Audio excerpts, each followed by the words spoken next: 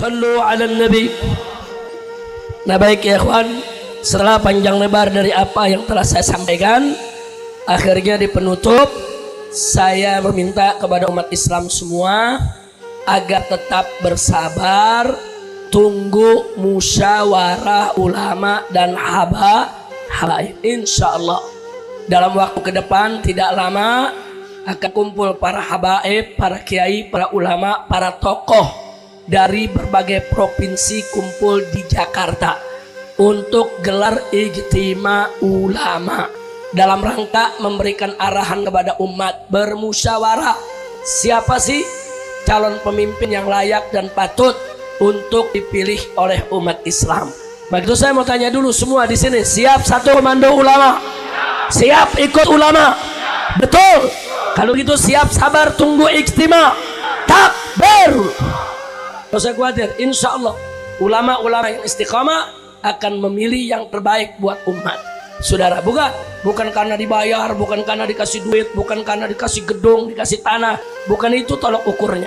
Tapi tolok ukurnya adalah kita lihat siapa akan yang paling terbaik, saudara, untuk kepentingan agama, bangsa, dan negara. Itu yang harus kita dukung bersama. Setuju? Setuju?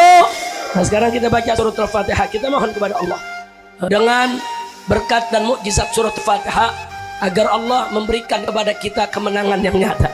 Allah subhanahu wa ta'ala an yarzuqana asran aziza wa fatham mubina wa khalasan jamila wa imaman adila. Bismillahil Fatihah.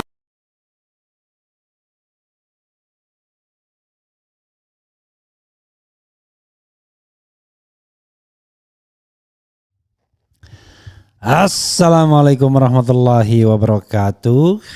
Sobat RH sekalian, jumpa lagi kita di channel yang keren ini, Keren Cadas. Ya sobat RH sekalian, itu tadi apa yang disampaikan oleh Habib Rizik Syihab. Tentunya kita sedang menunggu-nunggu ya, kira-kira FPI, PA212, GNPF Ulama dan juga Ijtima Ulama akan memilih dan menetapkan siapa atau pasangan siapa yang menjadi calon presiden dan calon wakil presiden. Kalau saya sih sebenarnya di atas kertas pastilah Amin, Anies Muhaimin. Rasanya aneh kalau tidak dijatuhkan ke Anies Muhaimin. Kalau kita bicara mengenai kriteria pemimpin yang ya agamanya lebih baik lah. Saya tidak mengatakan benar ya, lebih baik ya. Ini ada 3 orang, Anies, Ganjar, Prabowo. Kira-kira kalau disuruh jadi imam sholat, siapa yang bisa? Kita bicara bisa dulu. Suruh jadi khotib Jumat, siapa yang bisa? Karena ketiganya kan mengaku muslim. Kalau di antara mereka tidak ada yang muslim, ya ada yang tidak muslim, ya wajar kalau mereka kemudian tidak dibebani kewajiban seperti itu. Tapi karena kewajibannya adalah sebagai seorang pemimpin, ya hendaknya mereka juga bisa jadi imam secara real. Jadi imam sholat bisa, jadi khatib bisa, jangan sampai kemudian sang imam justru tidak paham agama. Oke. Itu satu aspek karena kita negara berpancasila ya. Jadi saya menganggap rasanya aneh saja kalau pilihannya tidak ke Anies dan Gus Imin ya, atau Amin, Anies Muhaimin. Karena rasanya dalam konteks ini nggak ada lawan. Even kalau seandainya Ganjar dipasangkan dengan Mahfud MD. Mahfud MD orang paham agama, tapi jangan lupa posisi dia kan sebagai cawapres, calon wakil presiden. Kan yang dicari haruslah primus inter pares jadilah itu calon presidennya. Ingat ya, calon presidennya dulu yang dipentingkan, bukan calon wakil presidennya. Oke, sobat era sekalian, coba kita lihat apa yang dituliskan tv1news.com ini. Tadi mengulangi apa yang sudah disampaikan secara lisan oleh Habib Rizik ya. tv1news.com, tahun politik masih berlanjut namun hingga kini ketiga calon Presiden masih belum mendaftar ke KPU. Ketiga capres masih mencari dukungan dari berbagai kalangan masyarakat Indonesia. Sejumlah kalangan masyarakat termasuk organisasi masyarakat di Indonesia mulai menunjukkan dukungannya kepada para capres. Sementara mantan pemimpin Front Pembela Islam Habib Rizik Syihab di depan jamaah menjelaskan dukungannya terhadap capres dalam Pilpres 2024. Habib Rizik Syihab menyatakan dirinya bersama ormas-ormas Islam lainnya yang mendukung FPI selama ini tidak akan meninggalkan maupun mengkhianati umat. Dukungan masih akan ditentukan melalui musyawarah dari para ulama melalui ijtima ulama. Kami sepakat kita tidak boleh meninggalkan umat, kita nggak boleh meninggalkan umat dan kita nggak boleh mengkhianati umat. Kami akan terus berjuang bersama umat untuk membela umat dan akan mati bersama umat Islam, ungkap Imam Besar FPI Habib Rizik Syihab. Kemudian jadi umat Islam di Indonesia nggak usah khawatir, ulama-ulama yang ada di Ijtima Ulama yang selama ini berjuang dengan kita, mereka nggak bakal ninggalin kita, nggak usah khawatir saudara. Lanjutnya, seperti yang ia katakan bahwa musyawarah merupakan perintah Allah Subhanahu Wa Taala. Oleh karena itu Habib Rizik sangat menghormati musyawarah serta putusan yang akan disetujui bersama. Dalam Al-Quran Allah menyatakan bahwa musyawarah itu adalah identitas orang yang beriman. Sudah urusan orang-orang beriman itu adalah dengan musyawarah di antara mereka. Oleh karena itu baik saya maupun Buya Qurtubi, begitu juga Habib Bahar, kita tidak akan mengambil keputusan sendiri-sendiri. Insya Allah kita semua akan bermusyawarah. Dan kita akan menjunjung tinggi hasil musyawarah, jelasnya. Ia mengatakan kepada para jemaah untuk sabar dan mengikuti komando dari ulama berdasarkan keputusan dalam musyawarah. Jadi sudah tepat arahan daripada Buya Qurtubi selaku penasihat utama daripada Dewan Pimpinan Pusat Front Persaudaraan Islam. Kita semua mesti sabar, tenang. Insya Allah akan memberikan kemenangan kepada umat Islam. Selain itu Habib Rizik juga berdoa dan berharap agar Indonesia diberikan seorang pemimpin yang beriman, taat kepada Allah dan Rasulnya, juga tidak mengkhianati rakyatnya. Insya Allah ke depan kita akan mendapatkan pemimpin yang beriman, pemimpin yang taat kepada Allah dan Rasulnya, pemimpin yang cinta kepada rakyat dan negaranya, pemimpin yang tidak khianat, pemimpin yang tidak berdusta, pemimpin yang tidak korupsi, pemimpin yang tidak menzalimi rakyat, pemimpin yang mampu untuk saudara membawa Indonesia ini menjadi baldatun thayyibatun warabun ghafur.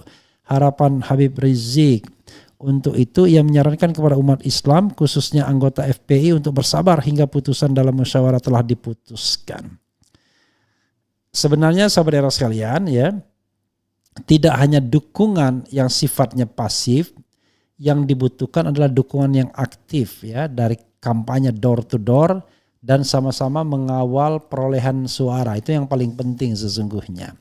Karena kalau pasif ya nggak ada gunanya.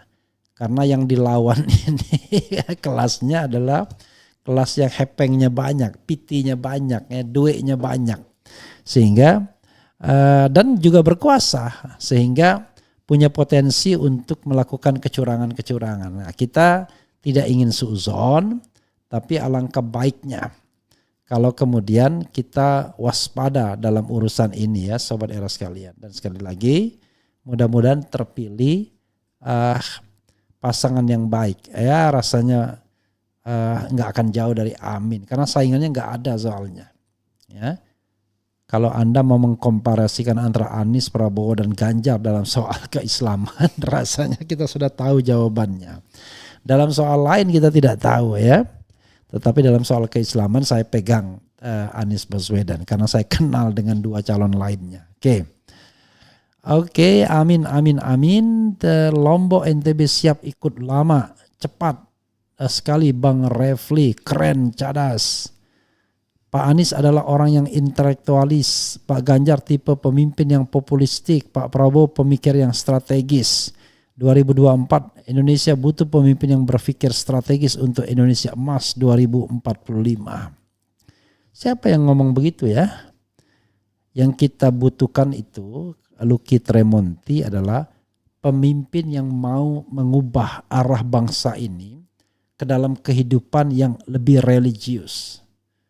Kita selalu terjebak pada target-target duniawi. 2045 emas, kita harus menjadi negara maju dan lain sebagainya. Padahal hal yang paling penting adalah bagaimana kita memperbaiki kehidupan religiusitas kita, spiritualitas kita.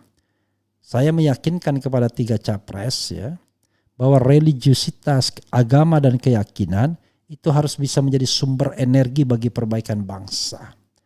Tapi beragama yang benar. Karena kalau kita misalnya melihat hasanah Islam misalnya, bagaimana zaman Khalifah Harun al-Rasyid atau Khalifah Umar bin Abdul Aziz ya, susah mencari orang miskin misalnya. Karena yang namanya kebenaran, keadilan ditegakkan. Jadi sahabat era sekalian, yang kita cari adalah bagaimana kehidupan religiusitas itu bisa menjadi pengawal. Kita bicara tentang 2045 tapi kita tidak bisa memberantas korupsi, buat apa? Atau semua pemimpinnya cari proyek, buat apa? Ya kan? Anda yakin misalnya pemimpin-pemimpin yang muncul ini pemimpin-pemimpin yang tidak makan proyek selama berkuasa. Karena itulah religiusitas harus kita utamakan. Kita semua pendosa pastinya, tidak ada orang yang sempurna. Tapi paling tidak di antara mereka harus muncul semangat untuk menciptakan masyarakat yang religius, masyarakat yang tolong menolong, masyarakat yang taat beribadah, tapi juga yang bersemangat. Karena dia menganggap bahwa kehidupan duniawi adalah ladang bagi sebanyak-banyaknya mencari amal. Coba bayangkan, kalau seandainya kita punya jiwa sosial semua, gak akan ada orang kelaparan, gak akan ada tetangga kita kelaparan. Itu yang kita harus tuju dan itu yang hilang dalam pembicaraan kita tentang membangun sebuah bangsa. Yang kita tuju adalah membangun gedung-gedung, jalan-jalan, dan itu kita lihat dan kita katakan itu sebagai sebuah kemajuan. Padahal penghuninya stres semua. Karena semakin modern sebuah kota, maka biaya hidup semakin tinggi. Ya, maka berlakulah liberalisasi, persaingan bebas. Ya, mereka yang bisa bertahan adalah mereka yang bisa survive. Jadi survival of the fittest. Padahal yang kita inginkan bukan kehidupan yang guyup, tolong menolong, ke masjid bareng-bareng, ke gereja sama-sama, ya, makan sama-sama. Cobalah misalnya kehidupan di bulan Ramadan itu, di mana ketika orang semua mendapatkan makanan untuk berbuka. Seandainya mental seperti itu dibawa terus dalam kehidupan sehari-hari, luar biasa kan? Orang kita bisa mendapatkan makanan dengan lezat hanya karena datang ke masjid saja dan berpuasa. Gitu ya sahabat era sekalian. Itu yang kita harus bangun, masyarakat yang religius, masyarakat yang tolong menolong, bukan masyarakat yang free fight liberalism ya, persaingan bebas. Kita sudah pendidikan kita memenjarakan anak-anak siswanya, disuruh berlomba-lomba, satu unggul dengan lainnya, padahal manusia itu dibentuk dengan kecerdasannya masing-masing. Nah, bagaimana kecerdasan masing-masing itu diberi ruang oleh negara? Kalau negara tidak memberikan ruang bagi kecerdasan masing-masing, ya kita tidak akan memunculkan insan-insan yang mandiri ya, tapi insan-insan yang diseragamkan atau seragam, begitu ya.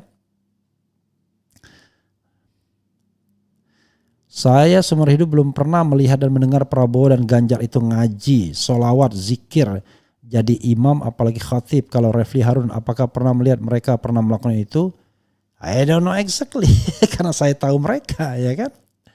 Ya, mereka, tapi kan kita lihat saja ya, sambil solawat ya.